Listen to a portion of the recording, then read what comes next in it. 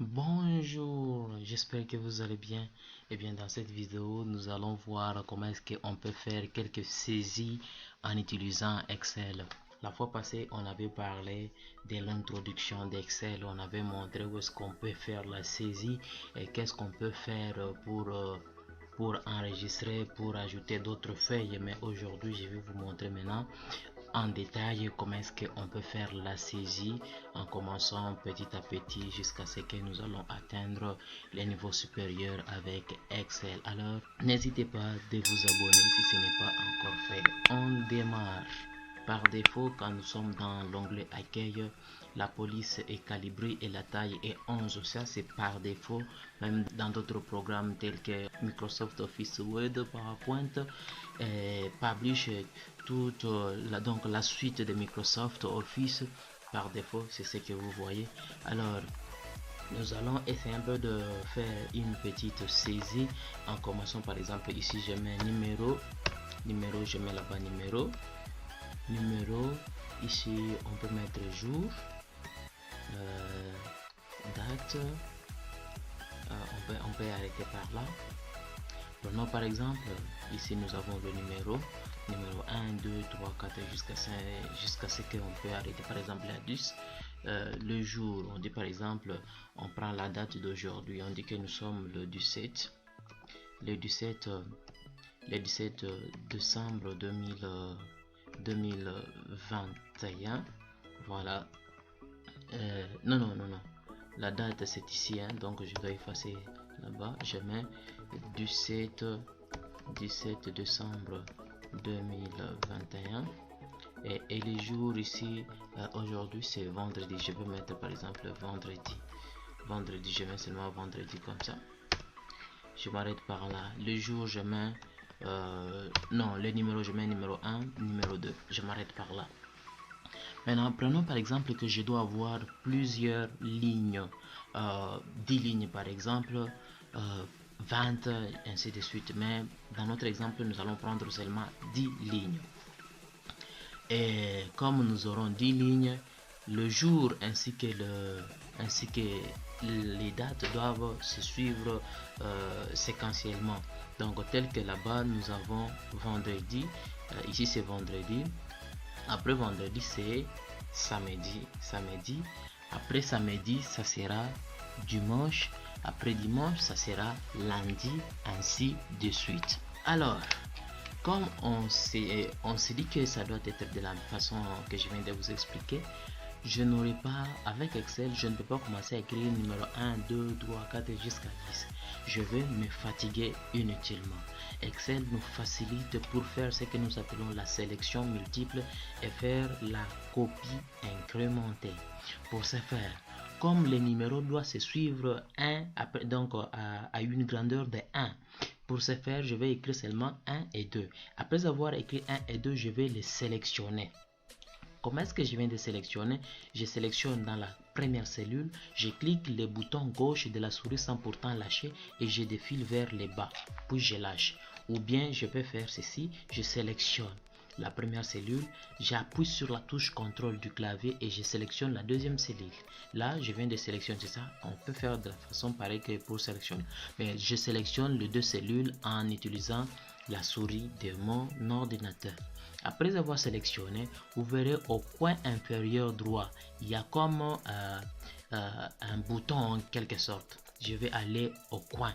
Avec mon pointeur de la souris, regardez, la position de mon pointeur, donc la forme de mon pointeur va changer directement. Je suis là. Dès que je serai là au coin, je clique le bouton gauche sans lâcher et après je commence à défiler vers le bas jusqu'à 10 par exemple. Vous voyez que le numéro vient de s'incrémenter automatiquement sans pourtant que je puisse modifier. Je vais là où il y a vendredi, je descends au coin, je défile vers le bas jusque par exemple ici, je lâche. Vous voyez que ça vient de se suivre automatiquement comme je l'ai dit.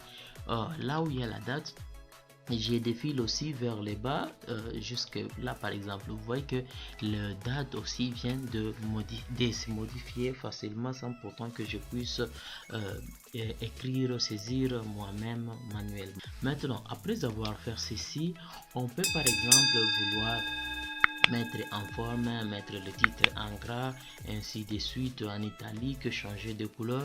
On peut venir, on sélectionne le bouton gauche de la souris, lâche sans pourtant lâcher. Je sélectionne la première cellule, tout comme je peux aller là-bas. Je sélectionne la première cellule sans pourtant lâcher le bouton gauche et je défile vers le droit. Le côté droit, si je préfère tout sélectionner, je vais sélectionner comme ça. Ou bien je vais à la première cellule, je vais aller obliquement. Je viens de tout sélectionner et après je peux par exemple changer de couleur, aller ici, chercher une couleur que je préfère, par exemple ça. On clique sur une couleur, vous voyez que la couleur vient de changer. La grandeur, j'ai changé la grandeur.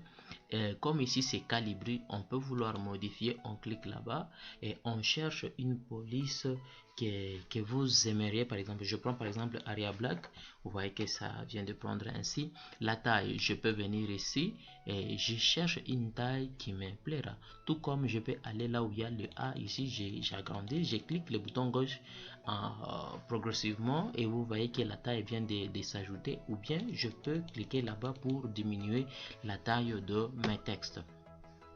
Vous verrez bien que la position des contenus de mes cellules est sélectionnée là-bas.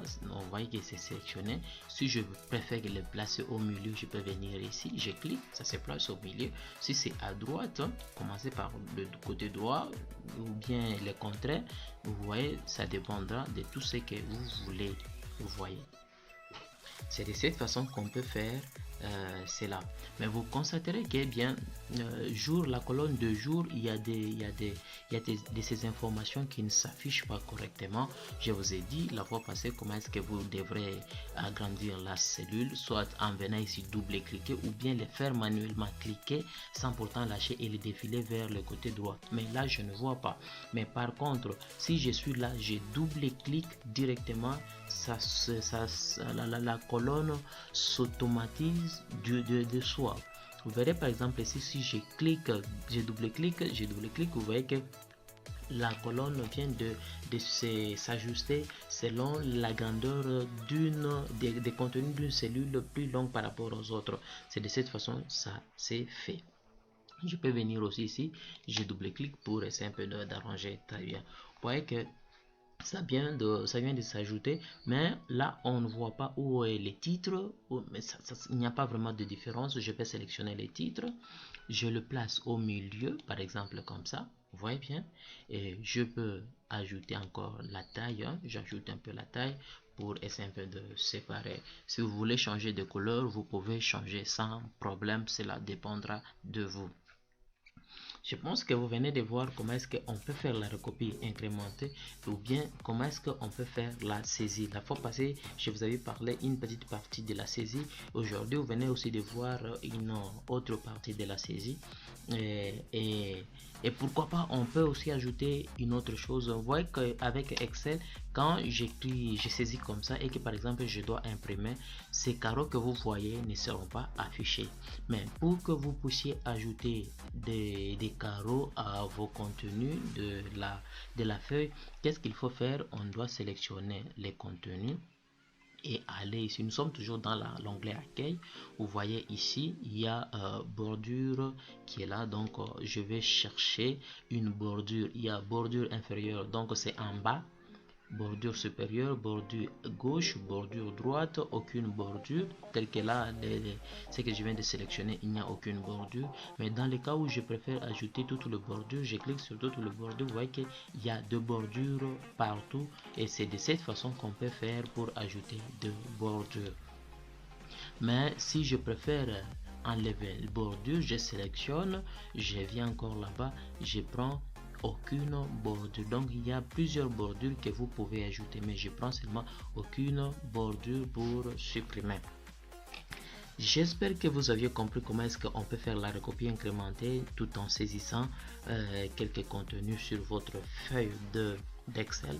Alors Pour être mis au courant de mes prochaines vidéos, n'hésitez pas d'activer la cloche tout en commençant par vous abonner de manière à ce que vous soyez notifié régulièrement. N'hésitez pas de partager à vos connaissances. On se retrouve à la prochaine avec notre troisième partie de la vidéo.